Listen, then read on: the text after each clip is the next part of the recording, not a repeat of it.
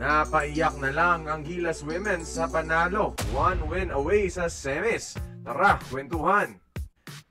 Gilas Women's mga idol kontra ang Lebanon. Isang talo dito, malalaglag tayo sa Division B ng FIBA. Kaya motivated umpisa pa lang ang women's team natin mga idol. Mainit ang umpisa natin sa first quarter sa duo ni Animam at De Jesus. Early 13-point lead pero bumabawi ang Lebanon. Pero Naomi Panganiban may sagot para ibalik sa double digit ang lamang. Kaso dumidikit ang mga Lebanese mga idol sa first half na sinasagot naman ng ating women's kaagad. Second half medyo exciting. Nakuha ng Lebanon ang lamang third quarter. Fast break play, monster block ni De La Rosa, not in my house. Tapos post up sa ilalim para bawiin ang lamang. Sinundan ng fast break and one layup ni Panganiban mga idol. Pero Lebanon may lamang to end the third quarter. Fourth quarter, take over move si De La Rosa sa paint, easy layup.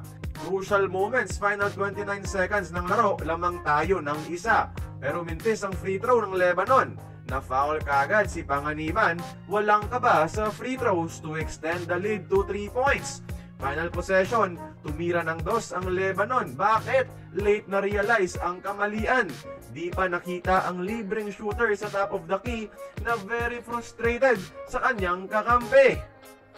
Kaya in the end, panalo tayo mga idol, 73-70. Umiyak talaga si Jack Animam sa postgame dahil sa panalo mga idol. Dahil hindi tayo mahuhulog sa Division B ng FIBA Women's at maglalaban tayo para makapasok ng semis. Isang panalo at lalaro tayo ng semifinals mga idol. Higit sa lahat, top 6 tayo, meaning may pwesto tayo sa qualifiers ng FIBA Asia Cup Women's for a chance na makapasok sa 2026 FIBA Women's World Cup qualifiers ha. Congrats Gilas Women sa panalo. Comment your congratulations down below mga idol.